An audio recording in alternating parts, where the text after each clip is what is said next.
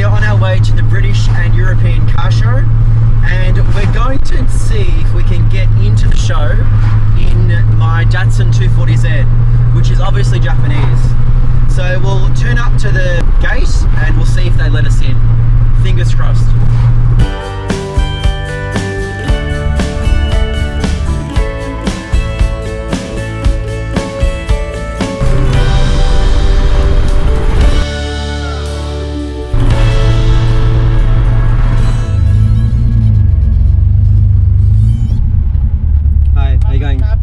I think so, yeah. Okay. We can't go in, come in. Yeah. In the public car parks where all the other cars we were signalled up this way. Sorry? We were signalled up this way, so not quite sure why. Well, it's a British and European show, so we can't really go in, come in. I don't think the data, as much as I like it, yeah, is gonna... All good. We'll do a Yui. Yeah. Cool. I'll just hang over now. Beautiful. Thanks, guys. Unfortunately, the guy on the gate realised we were a Japanese car and we're not allowed in.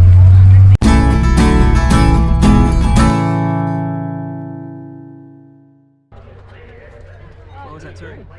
So we made it inside the British and European Motor Show, finally. So let's check out some of the cars.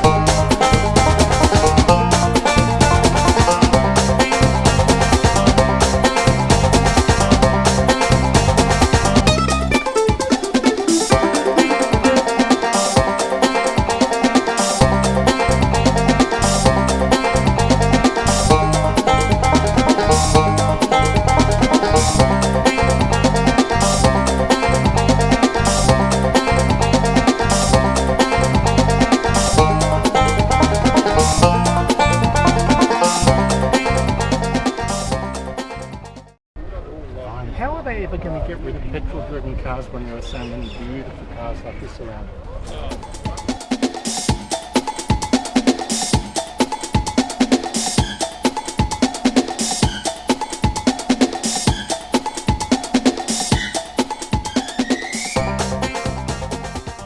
Behind me we have a beautiful Bertoni-bodied Arnott Bristol. A spectacular looking car. I love the flared haunches. What an amazing looking car.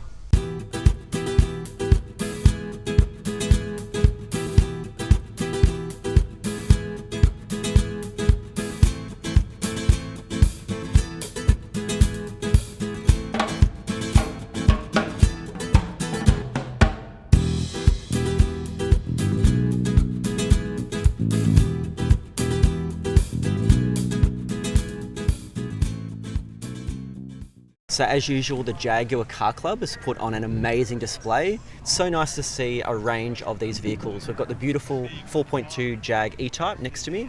We've got a lovely SS100, quite a rare car, to the modern XK, and then we've got an XK150 and a few XK140 coupes as well.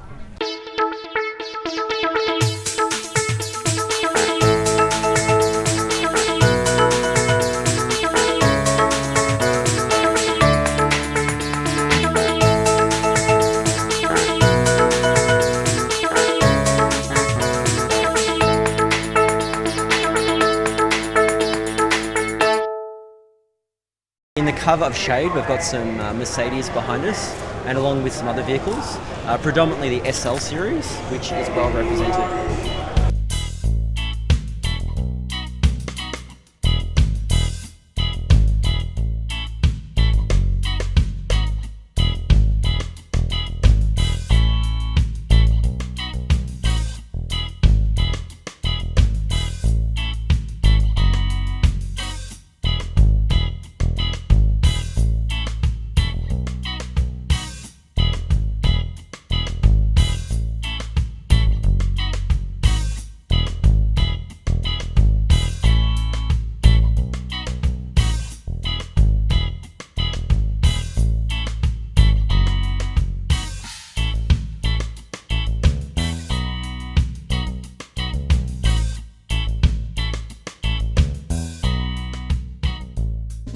That's her brother.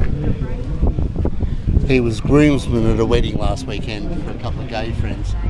Watch out. Sorry. What did you do? Good girl.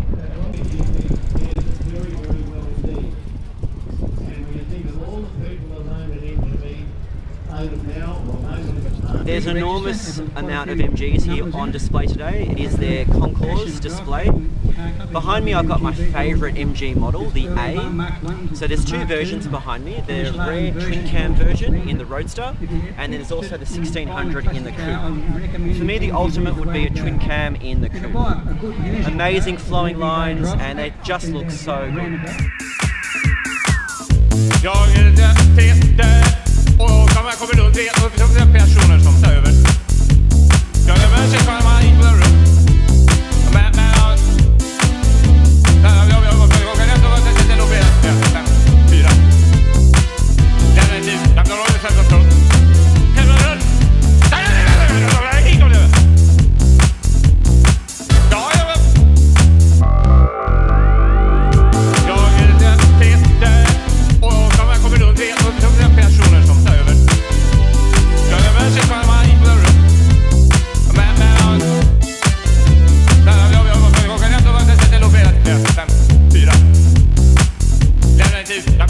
från. Helvete. So from the vintage and classic MGs, that takes us right to the modern MG behind me. MG now Chinese owned. So we've got the ZS behind me, I believe. And that's an EV. So MG is now going to be fully electric, and this particular example has about a 220 kilometre range.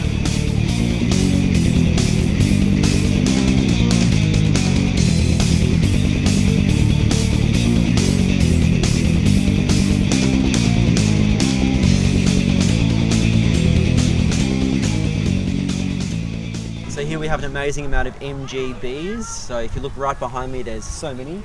We've got the Mark 1, and we've also got the Mark 2 MGs. We've also got the MG R8 as well. So we've got the MGs in Roadster form and also in the GT form behind me. My personal favourite is probably the GT. I feel that the elegant lines of the MGB GT look fairly timeless even today. So we've got some really nice examples. This is a good comparison of the earlier chrome bumper model to the rubber nose bumper later model cars. So MGB is always a popular classic, reliable, or fairly, and quite affordable. However, they're only going to go up in value.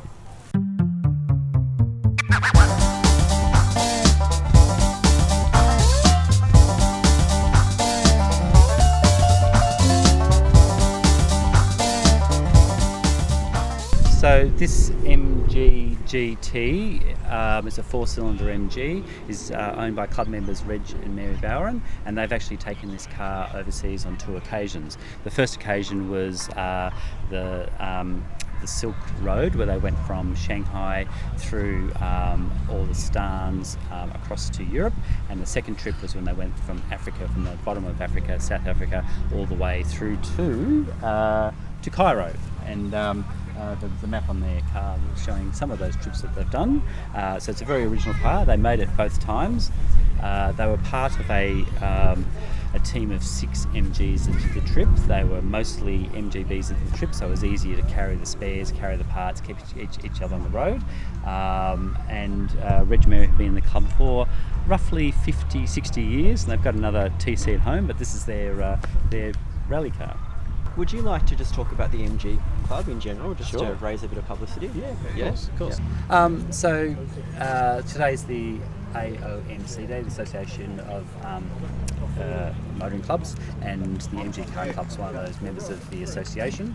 Today we've got about 250 MGs that have come along. Our Concours is today, so we hold our Concours in conjunction with the AOMC Day, and you'll then be able to see all the cars that are lined up. So we've had an excellent turnout, and the cars are lined up in their model class.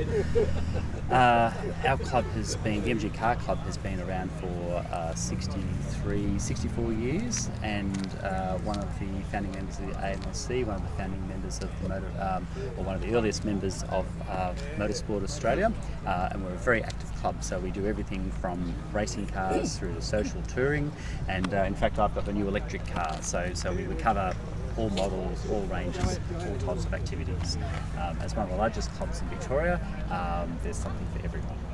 Know you've been a good friend, and that's in the thick and thin, and I know it's never gonna end,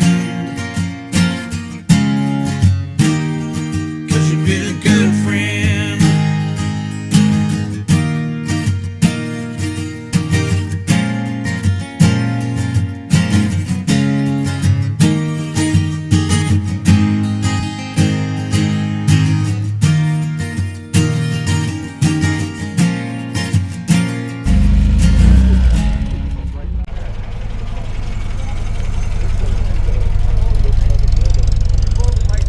Immortalised by James Bond and the 007 series, particularly in GoldenEye, we have the Aston Martin DB5 behind me. Not just one DB5, but two DB5s, both in immaculate condition. What a stunning car.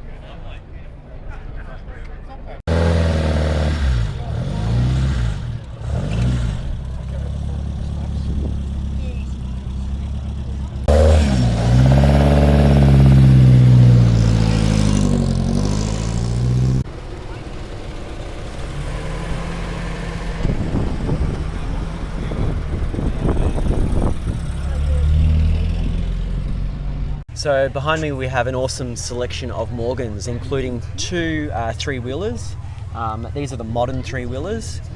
Morgan's one of those companies that hasn't changed. It seems to be stuck in the past. However, there's talk about Morgan moving to electric vehicles in the future as well.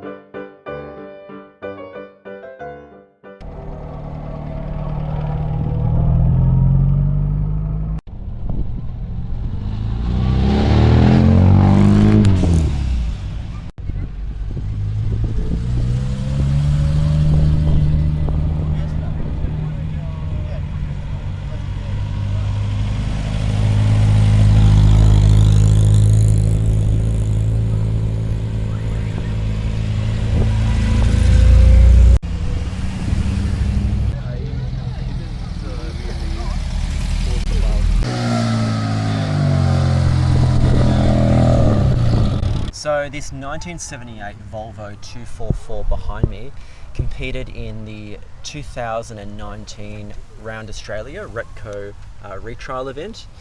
This car actually features a lot of the equipment and mechanicals of the car that originally competed in the 1979 Around Australia event. So I'm hoping to have a chat with the owner if we can find him, but it's awesome to see this car at the show today.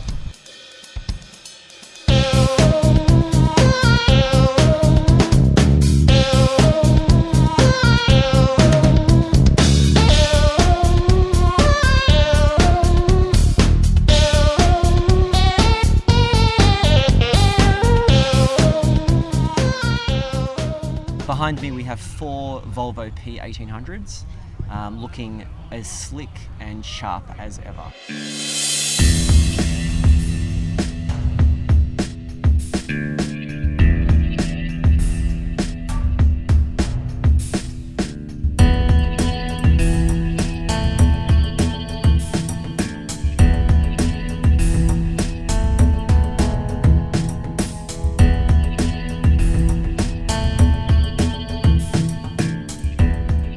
So we're lucky enough to find the owner of a beautiful 1966 Volvo Amazon. So here's the owner here. Hi, name's Chris. How you doing? What can you tell me about your car? What's the stock?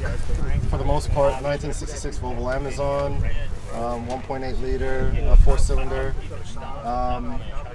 Did this in my garage over COVID, so you can call us one of those COVID builds. And from the ground up, it's not very fast, but it's a nice cruiser car, classy, you know, stylish. Yeah, and I put a lot of effort, hard work. You know, a little bit of modern, updated wheels, lowered stance, just to give it a little bit of a more modern look to it. And yeah, it's quite enjoy it. And why the Amazon? What was the appeal of this particular model? To be honest, when I first saw a picture on Google, I didn't know what it was. I didn't know the breed, didn't know the model. It just, like, I really liked the car. It just looked cool, looked different.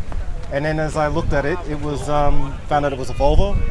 And I, you know, straight away you always think, you know, Volvo, brick, square, and then you see the beautiful lines of this and you think, yeah, it's changes the perception of what people normally would think.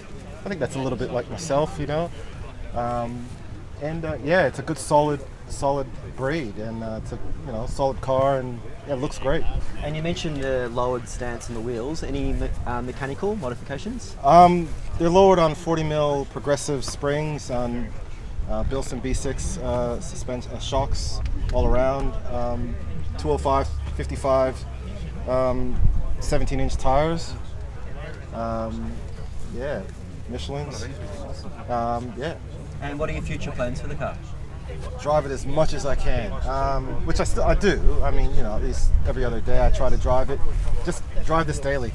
Cars like this need to be seen and driven and enjoyed, and I'm not worried about scratches or dents. It's not a show car per se. It's supposed to be daily driven, and you know, I love driving, so this is it. Maybe one day I'll use this as a wedding car and take people out in their wedding days or something like that. You know, that's one plan anyway. So in terms of outside of the car, what did you do there?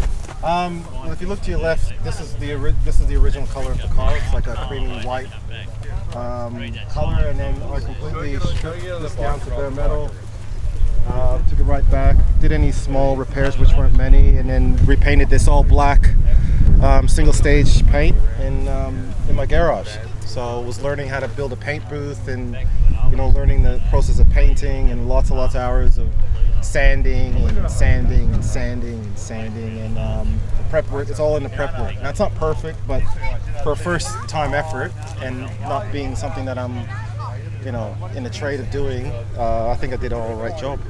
Absolutely, it looks amazing for Yeah. backyard job essentially. It looks awesome, so Yeah. congratulations. Yeah. So they always say black's the hardest color to paint, and it's only because it's hard to keep clean. But using good car products makes it really easy. So after today, on the way home, when I get home, I'll just give it a spray, dry it off, and it'll look just like, you know, I just painted it. And what's happening on the inside? Look, the inside, it's got a lot of patina. It's got a lot of age. Now, yeah, it's a bit rough, but it's the smell. There's something about this smell that the vinyl smell, the age smell, I just don't want to get rid of. I did do the headliner and all the interior, except I haven't changed the seats or the door cards. I did make the custom cup holder because it didn't have one, so I did make that. And but I'm not going to change it for the time being. I think I'll just let it be, and you know, it's part of its character. You know, none of us are perfect. You know, I've got rips and tears just like, you know, everybody else. So it's part of the history of the car. So unless it was like unsafe or you know rotted out, then I don't see the need to change it. Thank you so much. The paintwork's really good. Thank you. That was amazing. Thank you very much. Thank you. It's really cool.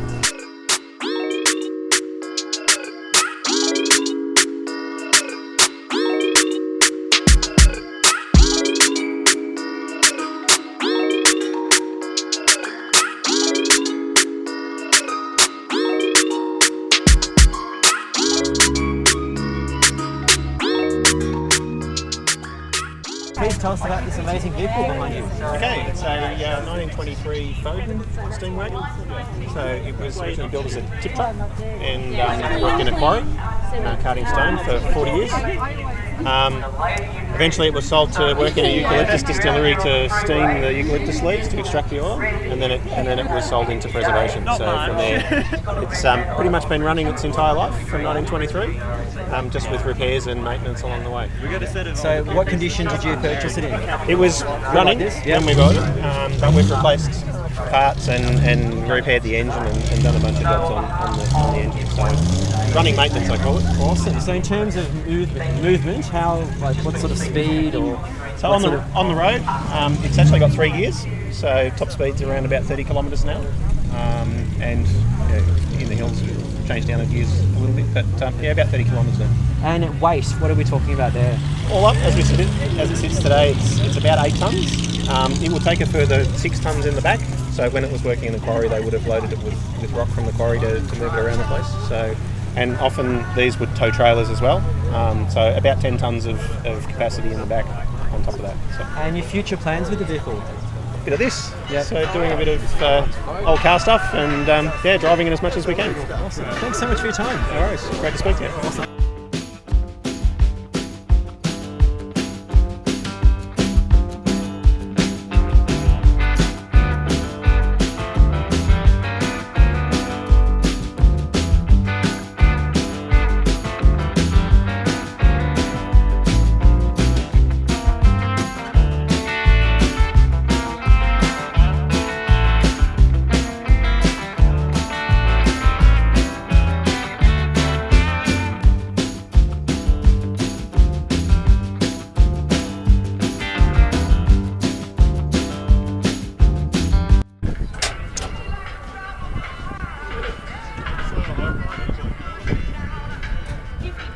Well, it's not very good, is it? No.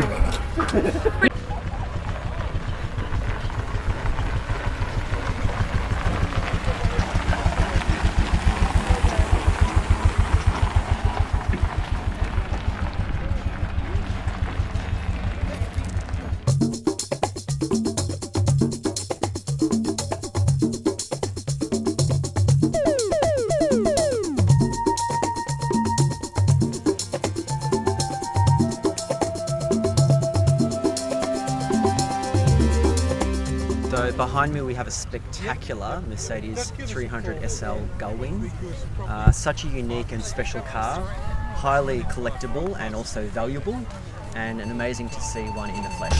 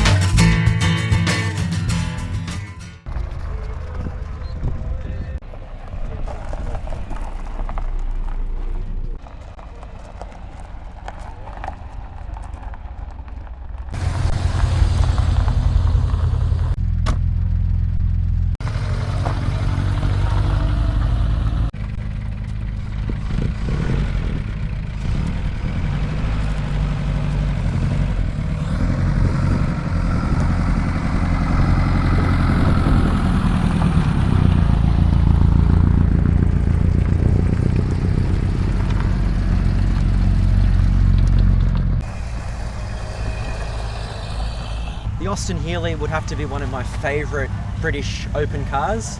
Behind me we've got a 3000. We also have some early 104 examples as well. So well done to the Austin Healey Club.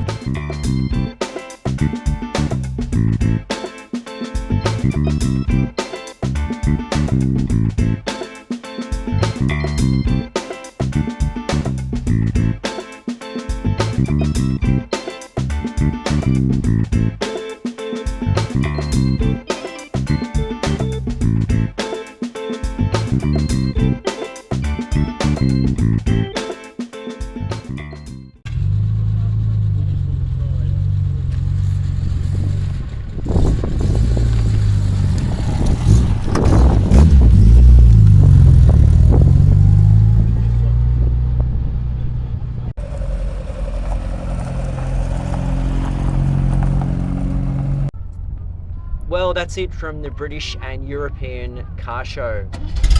As usual, unfortunately, we can't show you everything, but we've had a chat to some owners and it's been an awesome day here at the Yarra Glen Racecourse. Until next time, catch you later.